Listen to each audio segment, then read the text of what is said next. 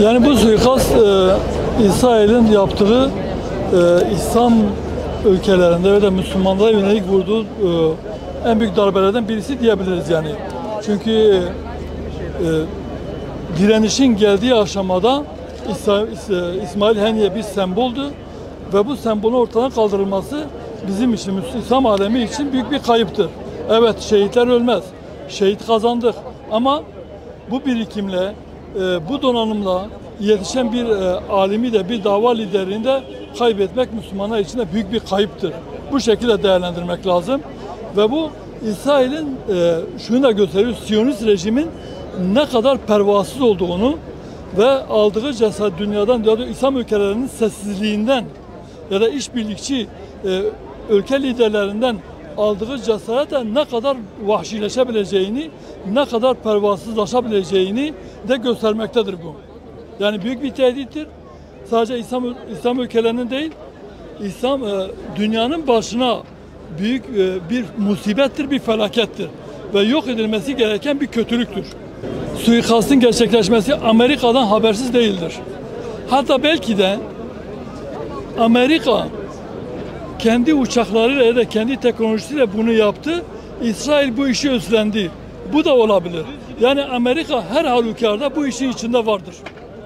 Dolayısıyla tek suçlu Siyonist rejim değildir. Tek suçlu Netanyahu değildir. Şu anki Amerikan yönetimi de bundan sorumludur ve suçludur. İslam ülkeleri her şeyden önce birlik ve beraberliği oluşturmak zorundadır.